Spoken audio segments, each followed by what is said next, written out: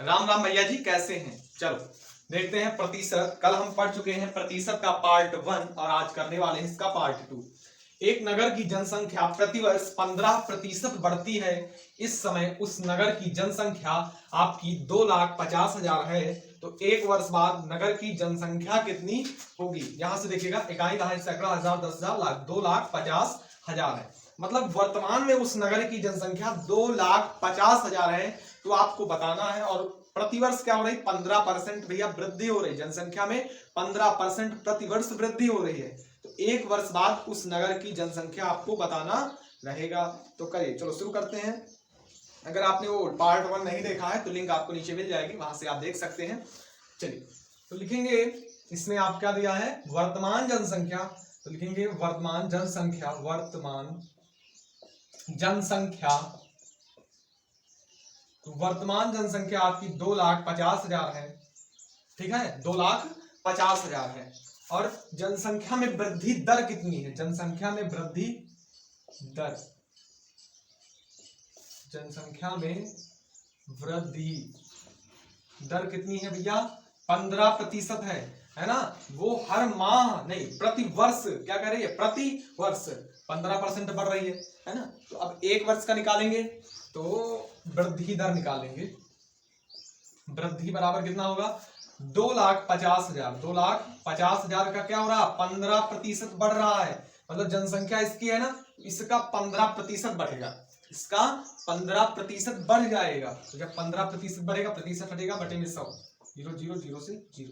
तो 2,50,000 का 15% निकालेंगे तो ये आपका आ जाएगा गुणे 15। तो 15 से इसको कराएंगे गुणा, तो 15 से चलिए करते हैं गुणा।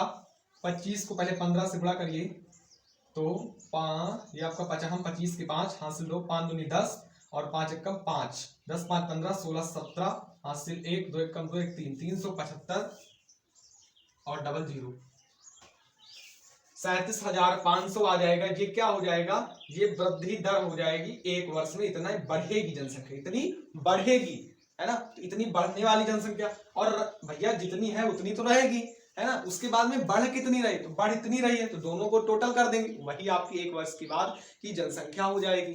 चलिए देखते हैं। तो लिखेंगे एक वर्ष बाद, एक वर्ष बाद नगर की जनसंख्या, नगर की जनसंख्या। तो नगर की जनसंख्या भैया कितनी हो जाएगी? तो भैया जो जनसंख्या है, वर्तमान जनसंख्या जो थी वो लिख लेंगे, तो वो थी 2,50,000 और प्लस जितनी वृद्धि हुई, तो वृद्धि कितनी हुई? 37,500। इन सब का टोटल कर लेंगे तो 0 में 0 जुड़ेगा तो 0 आएगा, 0 में 0 जुड़ेगा तो 0, 0 में 5 जुड़ेगा तो 5 आ जाएगा, 0 में 7 जुड़ेगा तो 7 आ जाएगा। यहां तक देखिए 7 हो गया, 5 3 8 हो गया, ये 2, तो 2,87,500 ये पूरी टोटल जनसंख्या हो जाएगी। कितने? एक वर्ष बाद। तो एक वर्ष बाद नगर की जनसंख्या 2,87,500 हो जाएगी। तो लिख देंगे एक वर्ष बाद नगर की जनसंख्या 2,87,500 हो जाएगी। आई होप ये वाला सवाल आपको क्लियर हो गया। चलते हैं नेक्स्ट क्वेश्चन पर, चलते हैं फटाफट से। चलिए भैया अगला क्वेश्चन देखिए। एक विद्यार्थी को 22 अंक प्राप्त हुए तथा वह 13 अंक से अनुत्तीर्ण हो गया। यदि पूर्णांक 100 का हो तो उत्तीर्ण प्रतिशत क्या होगा? मतलब एक भैया जी थे और उन्होंने क्या किया, परीक्षा दी और परीक्षा में उनके आए 22 अंक। कितने आए? 22 अंक। और पूर्णांक जो उनका था वो कितने का था? 100 नंबर का था। पाया उन्होंने कितना? 22 अंक। अगर 13 अंक और ले आते तो वो पास हो जाते, लेकिन वो क्या हो गए? फेल हो गए। कितने अंकों से? 13 अंक से। मतलब उत्तीर्ण प्रतिशत क्या होगा? तो लिखेंगे उत्तीर्ण होने के लिए, उत्तीर्ण होने के लिए, उत्तीर्ण होने के लिए अंक बराबर, तो उत्तीर्ण होने के लिए अंक कितने चाहिए भैया? इसने 22 अंक पाए थे और 13 अगर और पा जाता तो ये पास हो जाता, है ना। तो इन दोनों को क्या कर देंगे? ऐड कर देंगे। चलिए देखते हैं।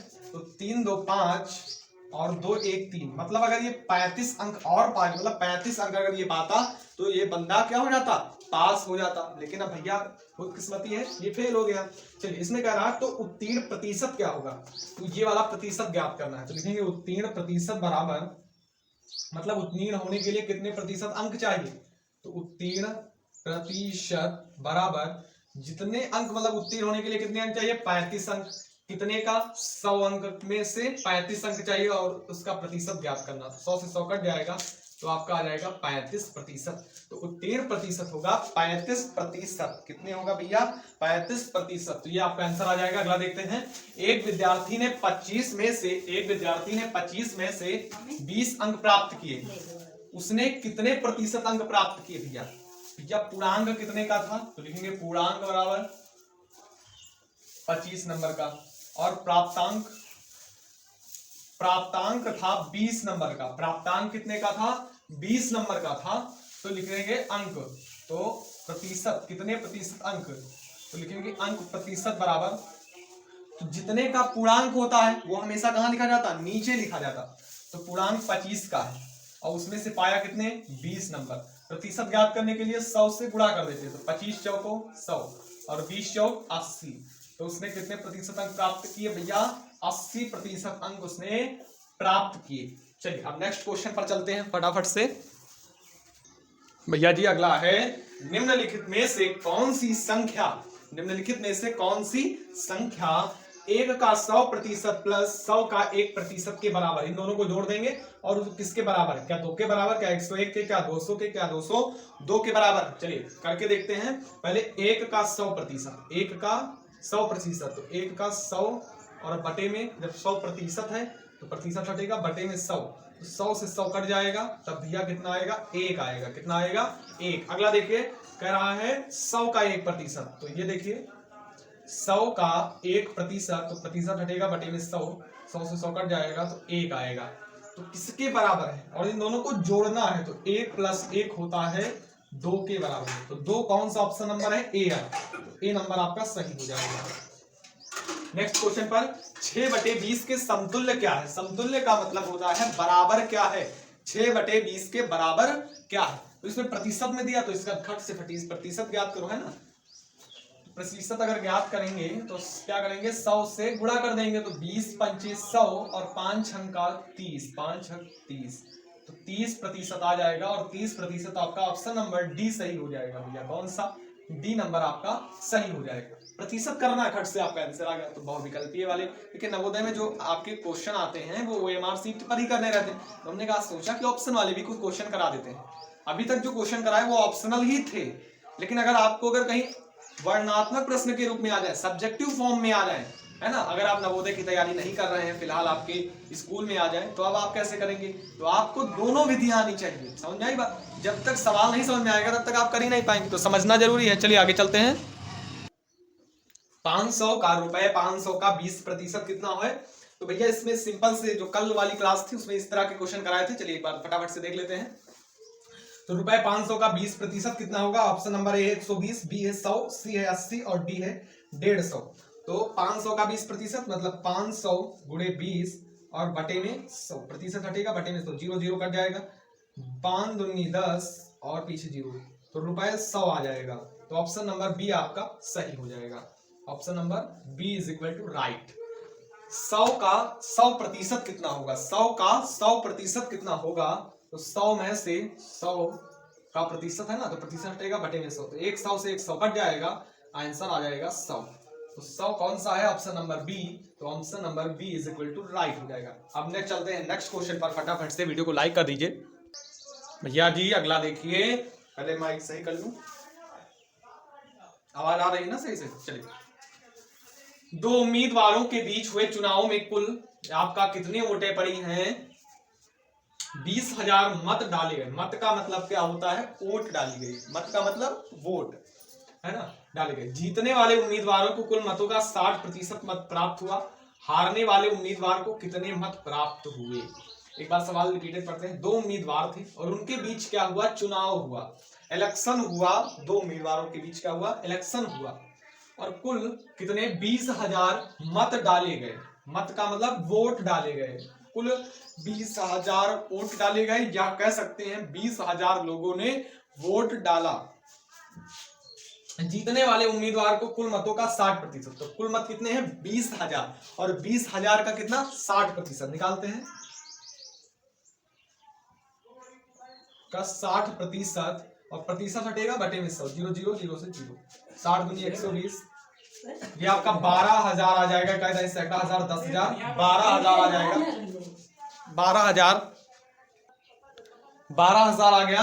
अब देखिए तो ये क्या है भैया, क्या हो गया कि मतों का कुल प्रतिशत 60, हारने वाले उम्मीदवार को कुल कितने मत मिले, तो ये कौन पा रहा, ये जीतने वाला उम्मीदवार पा रहा, जीतने वाला है ना, जो जीत गया है उसने इतने वोटें पाई, कितनी 12,000, कितने में से 20,000 में से 12,000 वोटें किसने पाई, जीतने वाले ने पाई।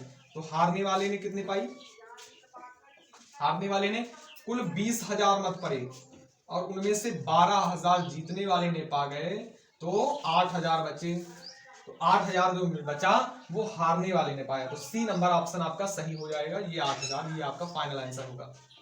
अगला देखिए, एक मनुष्य की आमदनी आपकी कितनी है, इकाई दहाई सैकड़ा हजार 1,000, वह 60% खर्च कर देता है, कितने परसेंट 60% खर्च करता है।